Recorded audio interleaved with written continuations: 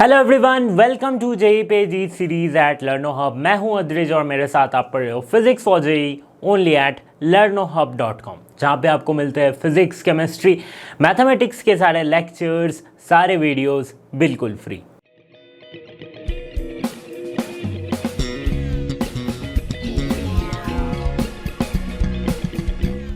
JEE series के waves chapter को हम पढ़ रहे थे। कंसेप्ट एड ऑन का पहला पार्ट हमने खत्म कर चुका है और ये है दूसरे पार्ट का वीडियो। तो अगर आपने पहला पार्ट अभी तक देखा नहीं है कंसेप्ट एड ऑन का, तो इससे पहले आप उस पार्ट को जरूर देख लें। ओके, तो चलिए स्टार्ट करते हैं इस वीडियो को।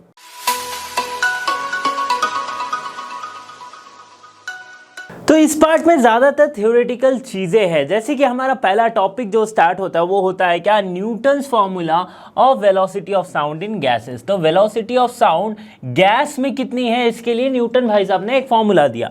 ठीक है, उन्होंने एक एम्पिरिकल फॉर्मूला दिया जो कि था लैम्डा इक्वल्स टू, हम क्या जानते हैं, अच्छा देखो, वेलोसिटी ऑफ साउंड हम क्या जानते हैं, बी बाई रो, ये हम लिखते हैं बल्क मॉडुलस बाई डेंसिटी, ये हम लिखते हैं। तो न्यूटन ने क्या कंसीडर किया कि ये जो साउंड ट्रैवल करती है ना, साउंड कौन सी वेव है, एक तरह की ट्रांसवर्स वेव है। तो ट्रांसवर्स वेव अगर है तो वो कैसे ट्रैवल करेगी, कंप्रेशन देन रेयर फ्रैक्शन, फिर कंप्रेशन फिर रेयर फ्रैक्शन, ऐसे ये ट्रैवल करते हुए जाती है साउंड वेव। ठीक है, तो न्यूटन ने क्या कंसीडर किया ना कि इस केस में जब कंप्रेशन हो रही है तो वहां पे क्या हो रही है, हीट लॉस हो रहा है। ठीक है, हीट लॉस हो रहा है और वो हीट गेन हो रहा है जहां पे रेयर फ्रैक्शन हो रही है वहां से, फिर जहां पे हीट गेन, फिर से ऐसे हीट लॉस हुआ और इसने रेयर फ्रैक्शन में गेन कर लिया उतना हीट। ठीक है, तो इस तरह से देखा गया और ये एक थ्योरेटिकल आइडिया था, न्यूटन का थ्योरेटिकल आइडिया था। तो न्यूटन ने कहा कि जो हीट है, जब कंप्रेशन में हीट लॉस हो रही है तो रेयर फ्रैक्शन में उतना ही हीट गेन कर ले रहा है। ठीक है, तो इसी रीजन से टेम्परेचर जो है वो क्या हो जा रही है, कांस्टेंट हो जा रही है। क्या हो जा रही है, कांस्टेंट हो जा रही है, टेम्परेचर कांस्टेंट। न्यूटन का कहना ये था कि ये जो प्रोसेस है कि जो साउंड वेव गैस से ट्रैवल करते हुए जा रही है, ये प्रोसेस जो है ना, ये परफेक्टली आइसोथर्मल प्रोसेस है। क्या है, आइसोथर्मल प्रोसेस है, ये न्यूटन का मानना था थ्योरेटिकल। ओके, अब देखो आइसोथर्मल प्रोसेस है तो हम क्या जानते हैं, आइसोथर्मल में पीवी इक्वल्स टू हो जाती है कांस्टेंट, यही हो जाती है, राइट। अगर इसका मैं डिफरेंशिएशन करूं तो दोनों तरफ अगर डिफरेंशिएट करूं तो मुझे क्या मिलेगा, P D V plus V D P equals to 0। ठीक है, तो यहां से मुझे P क्या मिल जाएगा, pressure equals to minus V D P D V. ठीक है, और इससे भी आगे अगर मैं डिफरेंशिएशन करूं, इससे भी आगे अगर सिंप्लीफाई करके लिखूं तो मैं सिंपली लिख सकता हूं minus V by D P D V, sorry not minus V by, it is, ठीक है, इसको मैं नीचे ले आ रहा हूं, यानी कि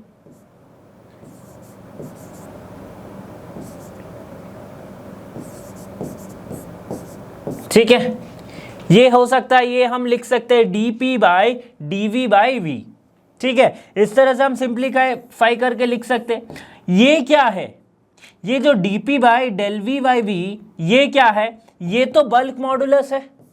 तो मतलब इस वाले जो इक्वेशन आया था वेलोसिटी का, न्यूटन के अकॉर्डिंग ये चेंज होके किस तरह से हो जाएगा, that is velocity of sound in gas will be pressure P by density. ठीक है, तो जब एक एयर में जब इसकी डेंसिटी को मेजर की गई, एयर की डेंसिटी हमें पता है, एटमॉस्फेरिक प्रेशर हमें पता है, तो जब वेलोसिटी को मेजर किया गया वैल्यूज पुट करके, तो वेलोसिटी कुछ आए 280 मीटर पर सेकेंड। ठीक है, 280 मीटर पर सेकेंड।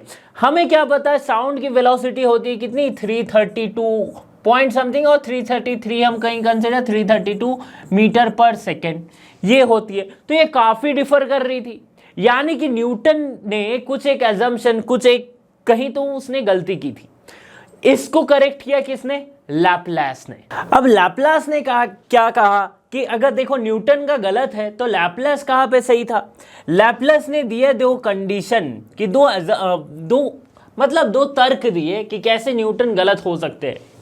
लैपलास ने कहा कि वेलोसिटी ऑफ साउंड तो बहुत ही ज्यादा है, राइट। क्या है वेलोसिटी ऑफ साउंड? बहुत ज्यादा है। तो इस टाइम इस इतने स्पीड में हीट का एक्सचेंज होना पॉसिबल नहीं है, ठीक है। एज वेलोसिटी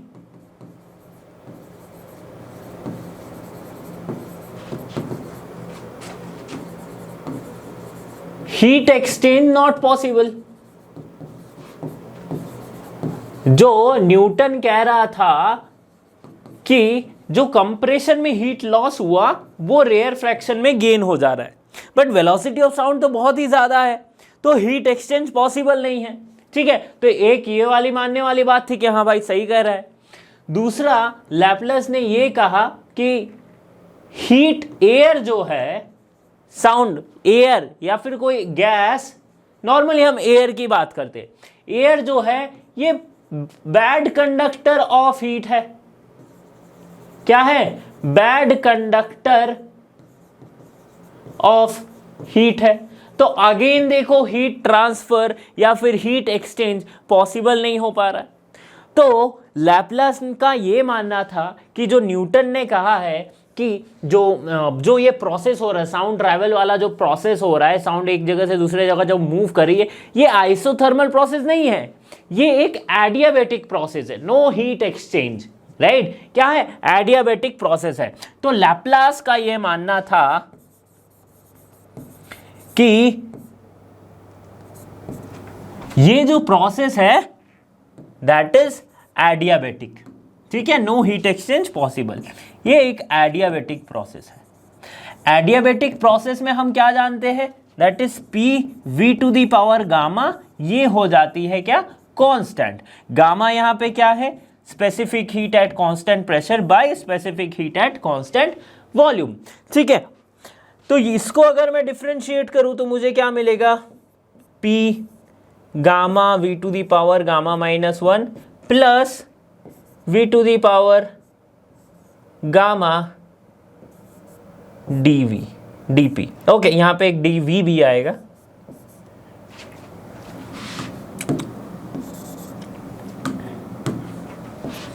ठीक है, इक्वल्स टू कांस्टेंट का डिफरेंशिएशन हो जाएगा 0। तो इसको थोड़ा और सिंप्लीफाई करेंगे, डिफरेंशिएशन करेंगे। देखो मैं प्रूफ करके पूरी दिखा नहीं रहा हूं क्योंकि ये इंपॉर्टेंट नहीं है। तो यहां पे हमें क्या मिलेगा? Gamma P equals to D P by D V by V, ठीक है। अगेन ये किसके बराबर हो जा रहा है? बल्क मॉडुलस के। तो यहां पे जो बल्क मॉडुलस हुआ, नॉट बीटा इट्स बी, यहां पे जो बल्क मॉडुलस आ रहा है हमारे पास दैट इज गामा पी, ठीक है, गामा पी। तो बल्क मॉडुलस के जगह पे हम गामा पी से सब्स्टिट्यूट करेंगे।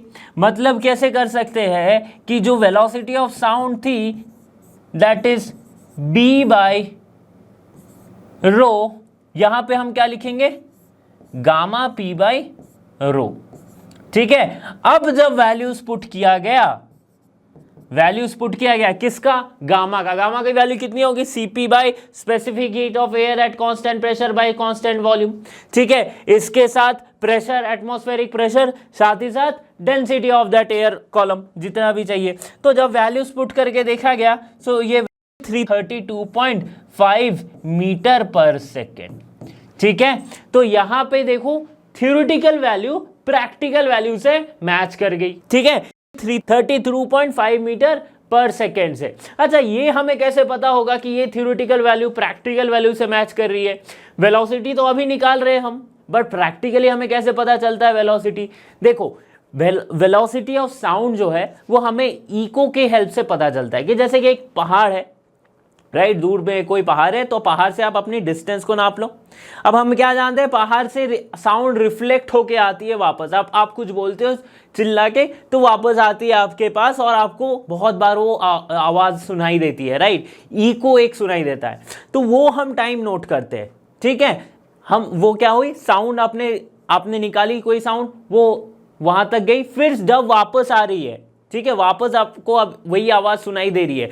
तो ये डिस्टेंस हम कैलकुलेट करते हैं, दैट इज 2x, उसका आधा करेंगे, जितनी टाइम लगी उसे वो हो जाएगी वेलोसिटी। तो वेलोसिटी इसे 333 या 332.5 मीटर पर सेकेंड के आसपास आई थी। तो जब लैपलास ने ये करेक्शन किया तो उसकी value theoretical value practical value से मैच कर रही थी, इसलिए हम ये लैपलास के करेक्शन को देखते हैं। Factors affecting velocity of sound, velocity of sound को कौन कौन से फैक्टर अफेक्ट कर सकते हैं या फिर किस किस फैक्टर पे डिपेंड करती है देखते हैं।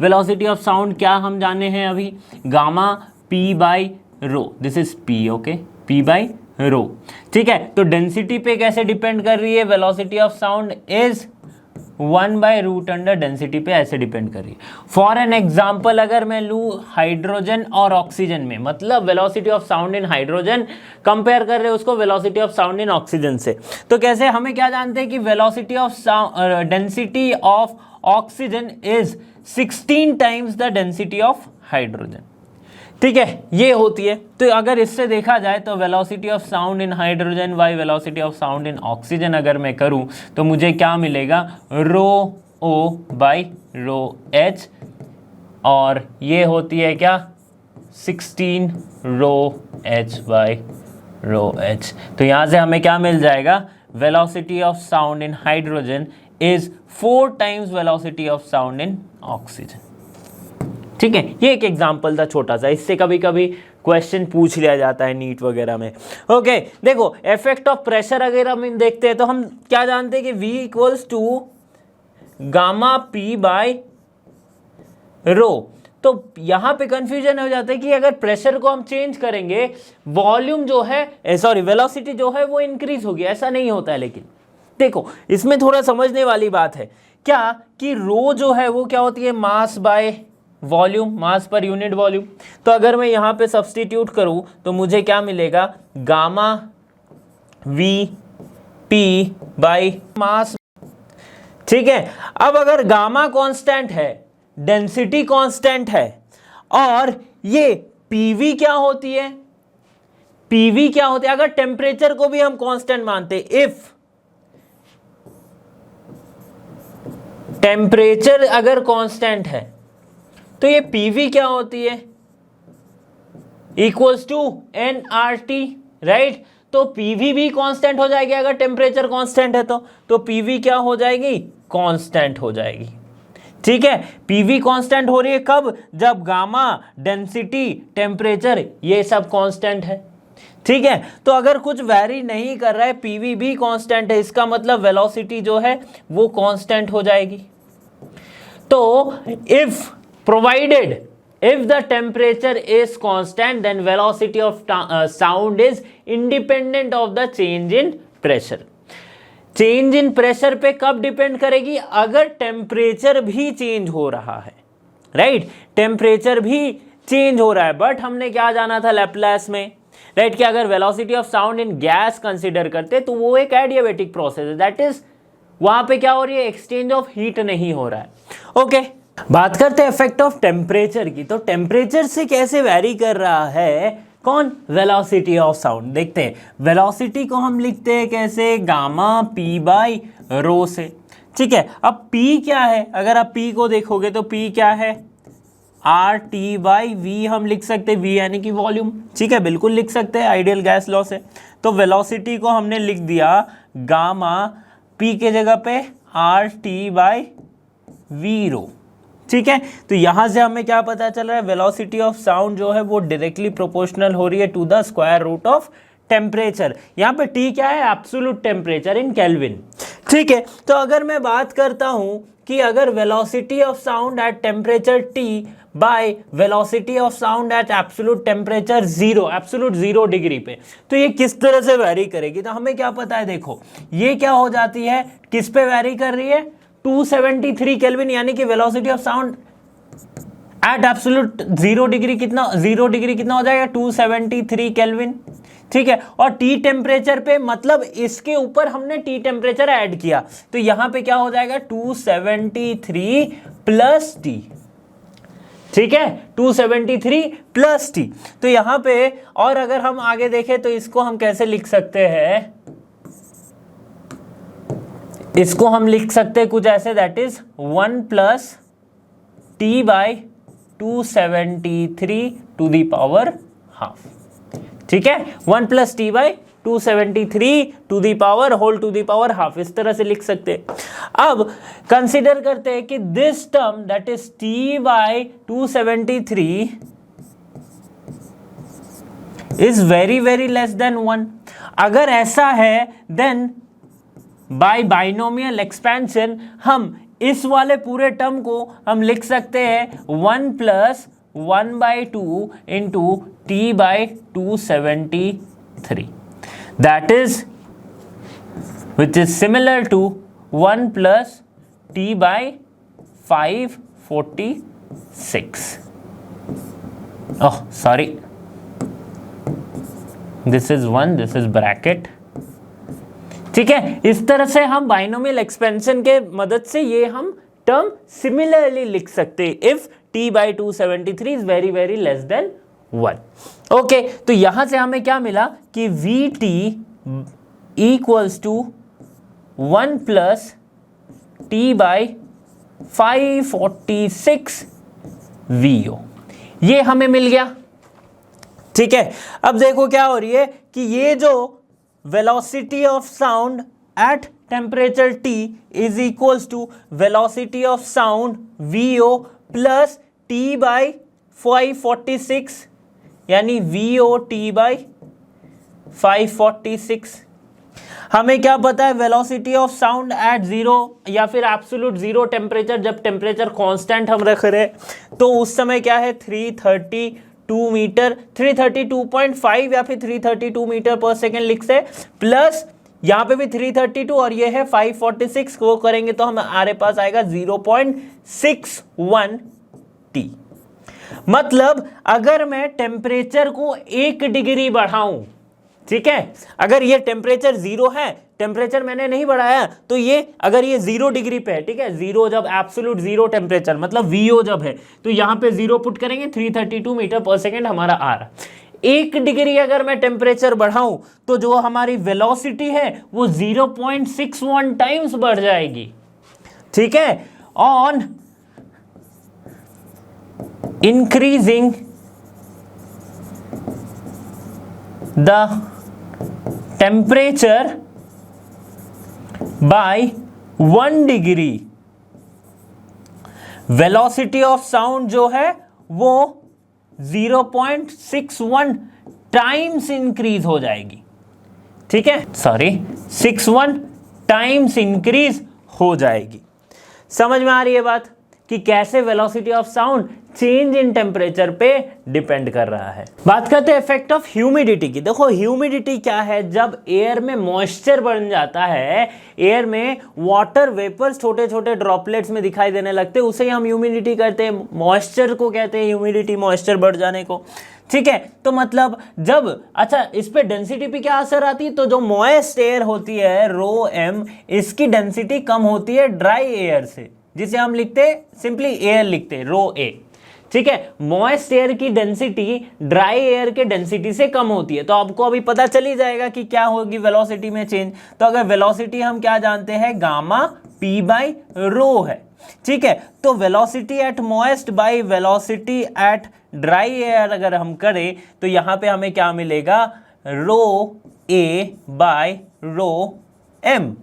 ठीक है, सिंस ये वाला कंडीशन है, डेंसिटी कम है किसकी, मॉइस्ट एयर की, तो वेलोसिटी किसकी ज्यादा होगी। अगर ये देखो ρm is less than ρA, तो ये ऊपर वाली क्वांटिटी ज्यादा, ऊपर वाली क्वांटिटी ज्यादा, यानी कि velocity m, velocity in moist air will be greater than velocity in dry air. ठीक है, ये हो जाएगी, हमें समझ में आ रहा है। इनइक्वालिटी से हमने किया सिंपली, तो ये था ह्यूमिडिटी पे कैसे वैरी करती है। बाकी अगर देखते हैं कि विंड वेलोसिटी पे कैसे डिपेंड कर रही है, कि अगर देखो कुछ एक विंड बह है, ये जो इससे पहले जो हमने कंसीडर किया है वेलोसिटी ऑफ साउंड, इसमें हमने विंड को कंसीडर नहीं किया कि ठीक है विंड नहीं चल रही है, हम नॉर्मली जैसे मैं और आप बात करें वैसी हो रही है, बट अगर हवा चलने लगे तेज तो क्या वेलोसिटी ऑफ साउंड पे कोई इफेक्ट आएगा? बिल्कुल आएगा, क्यों? क्योंकि देखो एक ये रिलेटिव वेलोसिटी वाला कंसेप्ट भी आ जाता है। कैसे कि आप कुछ बोल रहे हो और उसी डायरेक्शन में हवा चल रही है तो जल्दी ये पहुंच जाएगी, राइट? एक्चुअल में क्या है, ये साउंड जो ट्रैवल कर रही है कैसे कर रही है? वाटर के जो एयर के पार्टिकल्स है उनके वाइब्रेशन से ही ट्रैवल कर रही है। अगर विंड भी उसी डायरेक्शन में बोले तो वाइब्रेशन और तेज होगा, साथ ही साथ पार्टिकल्स भी जाएंगे, तो विंड साउंड और पहले पहुंचेगी। समझ में आ रही है ना बात? तो जो एक रिलेटिव वेलोसिटी होगी, velocity of sound, relative velocity, तो ये ओरिजिनल वेलोसिटी प्लस विंड की वेलोसिटी को हम लिख सकते हैं, ठीक है? विंड की वेलोसिटी को हम लिख सकते हैं, VW क्या है? Velocity of wind.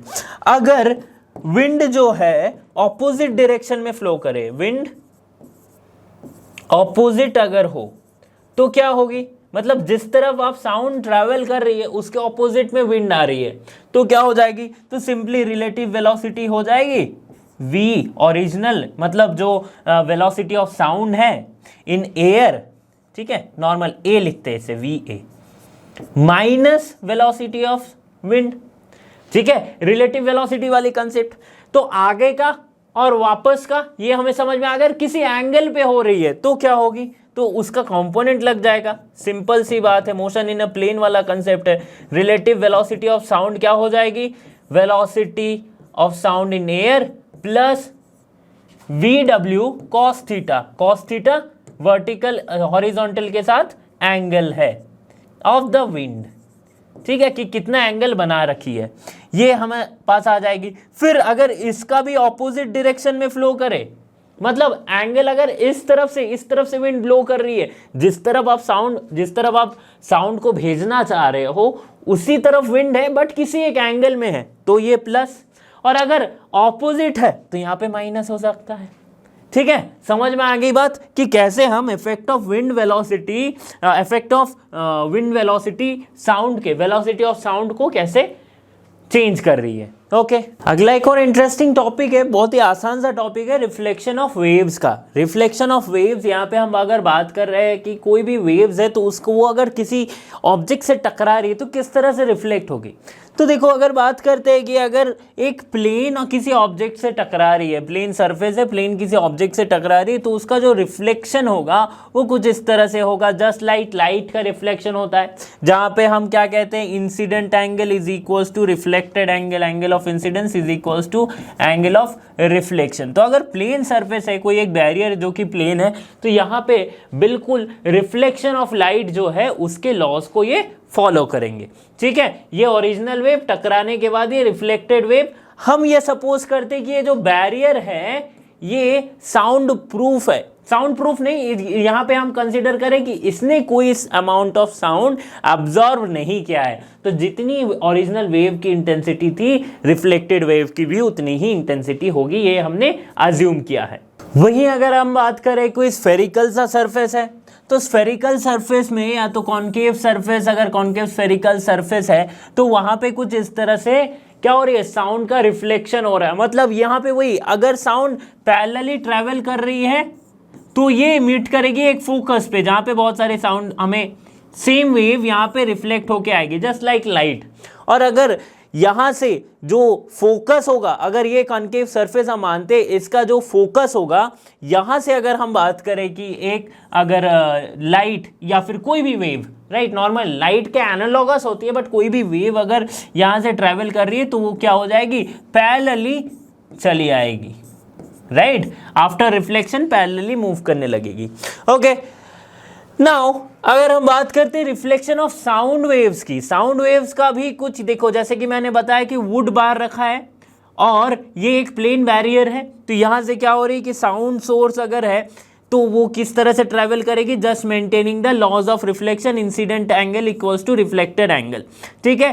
कंसीडर क्या करना है कि ये जो वुड बार है इसने कोई amount of sound energy absorb नहीं किया है। तो ये एक्सपेरिमेंट तो आप करके भी देख सकते हो कि आपने यहाँ से कुछ कहा और एक पाइप लगी हुई है और किसी रिफ्लेक्टेड प्लेन सरफेस से आपने एक और ट्यूब लगा दी है, एक और पाइप लगा दी और यहाँ पे आप सुन रहे हो तो आपको सुनाई देगी आवाज़, ठीक है? अब अगर बात करते हैं हम कि reflection sound wave through curve surface, curve surface में कैसे रिफ्लेक्शन साउंड होता है, तो हमें क्या पता था कि फोकस पे मीट हो रही है अगर पैरेलली साउंड ट्रेवल कर रही है तो, और अगर फोकस पे ही साउंड सोर्स रखा गया है तो आफ्टर रिफ्लेक्शन वो पैरेलल हो जाएगी। तो ये कुछ एक्सपेरिमेंट है कि यहाँ पे कर्व सरफेस है और मैंने इस वाले कर्व सरफेस के फोकस पे एक रखा, क्या, एक बेल को रखा। तो जैसे ये बेल ये बजेगी, ये जैसे बेल बजेगी, और हमें क्या पता है कि इसकी जो साउंड है ये क्या होगी, यहाँ से इस तरह से आएगी और ये उधर को जाएगी, ठीक है, पैरेलली मूव करेगी, पैरेलली मूव करेगी। और इस सरफेस से टकराने के बाद क्या होगी, देखो दोनों कंडीशन यहां पे हो रहा है कि अगर पैरेलली मूव करे, अब रिफ्लेक्शन के बाद वो किसी फोकस पे मीट करेगी, तो यहां पे सपोज करते हैं कि मीट कर रही है, किसी भी एक फोकस पे मीट कर रही है, और उसी फोकस पे मैं अगर कोई डिवाइस रखूं तो मुझे ये साउंड जो है सुनाई देगी यहाँ पे। तो जो बेल यहाँ पे बज रही थी वो मुझे यहाँ पे सुनाई देगी। अच्छा, ये मैं इमेज के लिए इतना छोटा बनाया, बट ये सिस्टम बहुत बड़ा सा भी सिस्टम हो सकता है ना। साउंड का रिफ्लेक्शन होके एक तरफ साउंड हुई, दूसरी तरफ आपको आवाज़ सुनाई दे रही है, राइट। इस तरह का एक बहुत बड़ा सिस्टम आप बना सकते हो। तो इस तरह के एक्सपेरिमेंट आप करके देखना, आपको अच्छा लगेगा। ओके, अब हम बात करते हैं reflection of waves at rigid boundary और क्लोज एंड पे। तो ये कौन सी नई चीज है रिफ्लेक्शन। अच्छा, यहाँ पे वेव्स की बात करें, यहाँ पे कोई साउंड वेव या फिर कुछ भी वेव्स हो सकती है। तो थियोरेटिकली अगर हम देखें कि एक साउंड वेव जो है किस तरह, या फिर कोई भी वेव है, ये एक साइनोसॉइडल वेव इस तरह से मूव करती है। सॉरी, यहां पे मैं बताता हूं, साइनोसॉइडल वेव जो है वो इस तरह से मूव करती है। ओके, तो सपोज करते हैं कि मैंने एक पल्स दिया। अच्छा, एक पल्स का मतलब ये होता है, एक पल्स का मतलब ये होता है कि एक छोटा सा जो क्रेस्ट हमने ये क्रिएट किया, ठीक है, एक ही पल्स दिया ये पूरे स्ट्रिंग में। सपोज ये एक स्ट्रिंग है, ठीक है, यहाँ पे वही हमने कंसिडर कर रखा है कि एक फिक्स्ड प्लेन सरफेस है जहां से एक स्ट्रिंग को फिक्स कर दिया गया है किसी एक एंड पे, और हमने जस्ट एक पल्स दिया। तो क्या होगी, ये धीरे से ये पल्स उठ के ऐसे करके आएगी, राइट, इस तरह से पल्स मूव करेगी, आगे जाएगी, ऐसे जाएगी। ओके, तो अगर ये सरफेस फिक्स है, राइट, ये सरफेस जो एंड हो रहा है जहां पे, ये अगर फिक्स है, तो यहां पे रिफ्लेक्शन कैसा होगा एज कंपेयर टू अगर ये सरफेस फिक्स नहीं है। ठीक है, तो पहले इसकी बात करते हैं। जहां पे फिक्स है, यहाँ पे किसी हमने कोई भी एक हुक हो या फिर किसी भी चीज से हमने इसको बांध के रखा है, फिक्स करके रखा है, तो क्या देखेंगे हम कि जैसे ही हमने पल्स दिया तो ये पल्स पहले यहां से ऐसे ट्रेवल करते हुए आई, ठीक है, आके क्या होगी, ये फिक्स्ड एंड से टकराएगी कुछ इस तरह से, राइट, देखो कुछ इस तरह से टकराई है। अब क्या हो रहा है कि ये जो रोप जो है एक अपवर्ड फोर्स अप्लाई कर रहा है, अपवर्ड फोर्स, देखो ऊपर की डायरेक्शन से एक फोर्स अप्लाई कर रहा है, कहां पे, वॉल पे। अप्लाइड कहां पे कर रहा है, वॉल पे कर रहा है। तो वॉल पे करने से क्या हो रहा है, वॉल न्यूटन के थर्ड लॉ के हिसाब से एक डाउनवर्ड फोर्स अप्लाई करेगा, तो नीचे की ओर एक फोर्स अप्लाई करेगा। इसीलिए जब ये टकराने के बाद जब रिफ्लेक्शन होगा वेव का, तो हम क्या देखेंगे कि पल्स तो आ रही है बट ये इन्वर्टेड हो गई। हमने ऊपर की ओर पल्स देके भेजा था बट अभी नीचे की ओर पल्स होके आ रही है, राइट। तो जस्ट इस पोजीशन पे जो पल्स है वो इन्वर्टेड हो जाएगी। मतलब यहां से हमें ये समझ में आ रहा है कि पल्स इन्वर्ट हो रही है रिफ्लेक्शन पे। कब, जब सरफेस है फिक्स्ड और क्लोज एंड। बट अगर यही सरफेस को हमने यहां पे जैसे रस्सी को बांध रखा है, रोप को बांध रखा है, अगर मैं ना बांधूं, मैं अगर रिंग से इसे लगा दूं, रिंग से लगाने से क्या होगी, ये सपोज वो फिक्स्ड एंड है, ये हमने रिंग लगा दी, तो अब रिंग इसके ऊपर नीचे मूव कर सकती है, राइट, इसके ऊपर नीचे मूव कर सकती है। तो जैसे ही पल्स यहाँ पे फिर से अराइव हो रही है, जैसे ये डाउन अपवर्ड फोर्स लगा रही है, ये क्या हो रहा है, रिंग जो है ऊपर की ओर मूव कर जा रही है, राइट, क्योंकि ये फिक्स नहीं है तो ये मूव कर सकती है, रिंग को फोर्स मिलेगी तो वो मूव करेगी, right. So post exerts no transverse force on rope, तो इसीलिए कोई ट्रांसवर्स फोर्स इस पे एक्सर्ट नहीं कर पा रही है, ठीक है। अब देखो, क्योंकि रिंग तो एक फ्रिक्शनलेस जगह पे हमने इसको कंसीडर कर रहा है कि रिंग फ्रिक्शन जहां पे लेस से हमने क्या कंसीडर किया, ये रॉड और इस रिंग के बीच में फ्रिक्शन नहीं है। ओके, तो ये इजीली ऊपर नीचे मूव कर रही है, तो कोई फोर्स नहीं दे पा रही है, तो इसलिए जो रिफ्लेक्शन हो रहा है, तो इस केस में क्या हो रहा है कि जैसी वेव आई थी वैसी ही वेव वापस जा रही है without inverting.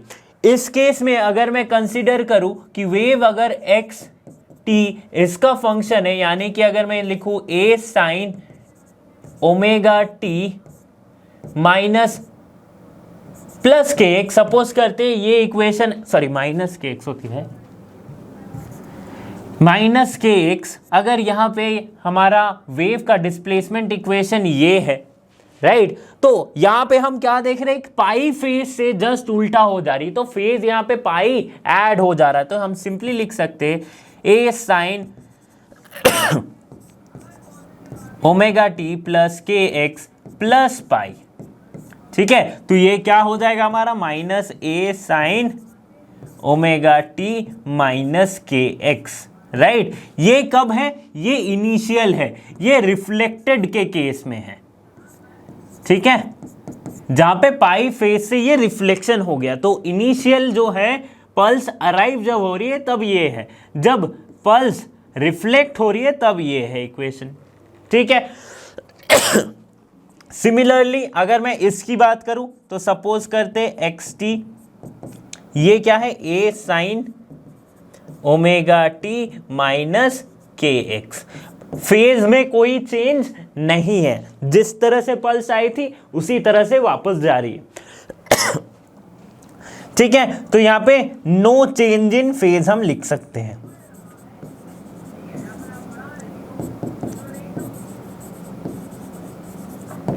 Okay, free and का जो सरफेस है, जैसे कि इसको हमने क्या कंसिडर कर रखा है कि ओपन बाउंड्री या फिर फ्री एंड सरफेस। ठीक है, तो इस तरह के हमारे फिजिकली हम कौन से ऐसे चीजें देख सकते हैं जहां पे हम फ्री एंड को कंसिडर करेंगे, दैट इज द वाटर। अगर पानी है, वाटर है, तो उसे हम कंसिडर करते हैं एज अ फ्री एंड, मतलब वहां पे फेज चेंज नहीं होगा।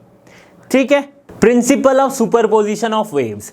सुपरपोजिशन का मतलब ही यही होता है कि एक पॉइंट पे जब दो कुछ भी फिजिकल क्वांटिटी आती, तो सुपरपोजिशन ऑफ फोर्सेस हमने देखा था कि एक पॉइंट पे 2-4 फोर्स अगर आ गए तो एक रिजल्टेंट फोर्स हमें मिलता है। ओके, उसी तरह से वेव्स का सुपरपोजिशन हम पढ़ेंगे, तो इसका प्रिंसिपल क्या कहता है कि according to the principle of superposition the resultant displacement of a number of wave in a medium is particular at a particular point. किसी एक पॉइंट पे देखो, जैसे कि ये इमेज हम देख लेते हैं, तो इस इमेज पे देखो एक वेव इधर आ रही है और एक वेव इधर आ रही है, दोनों की ऑब्वियसली इक्वेशन अलग है क्योंकि इसकी एम्पलीट्यूड ज्यादा है, इसकी कम है।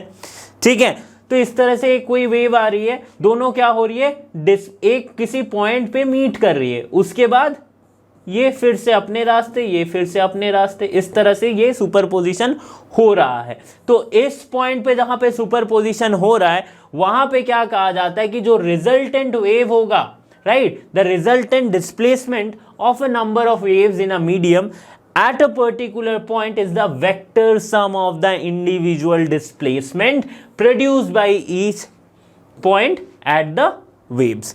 और इसमें एक और कंडीशन क्या है, कंडीशन नहीं, एक और पॉइंट इसमें क्या है कि अगर ये वेव इस तरफ मूव कर रही है, right, if it is moving this way, और ये वेव इस तरफ मूव कर रही है, तो सुपरपोजिशन चाहे कैसा भी हो, इनकी डायरेक्शन में कोई चेंज नहीं आएगा। ये जो वेव है वो उधर ही जाएगी, ये वेव जो है ये इधर ही आएगी।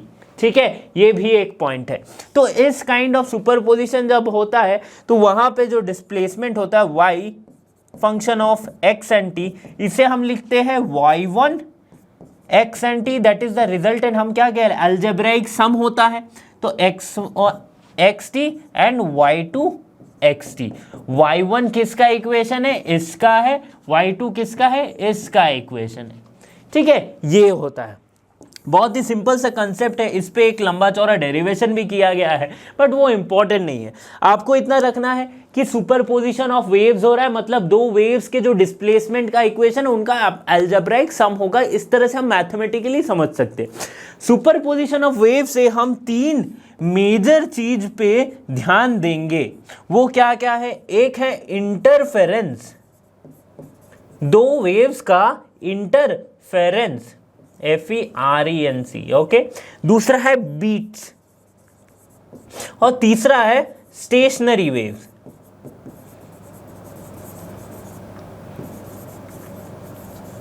ओके तो ये बीट्स और जो स्टेशनरी वेव्स हैं इसको हम नेक्स्ट टॉपिक में पढ़ेंगे, मतलब नेक्स्ट जो पार्ट होगा इस चैप्टर का उसमें पढ़ेंगे।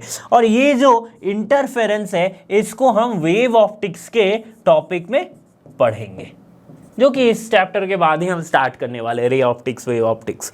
ओके तो ये तीन मेजर चीजें आती है कहां से? सुपरपोजिशन ऑफ वेव से। इसलिए जब भी इसका हम मैथमेटिकल डेरिवेशंस करेंगे या फिर मैथमेटिकली इंटरफेरेंस, बीट या फिर स्टेशनरी वेव्स को समझेंगे, हमें सुपरपोजिशन का ये कंसेप्ट ध्यान में रखना पड़ेगा। ओके स्टूडेंट, यहाँ पे पार्ट 2 हमने खत्म किया वेव्स का। इसके बाद हम पार्ट 3 को समझेंगे, साथ ही साथ उसके मस्ट प्रैक्टिस और PYQs को भी करेंगे।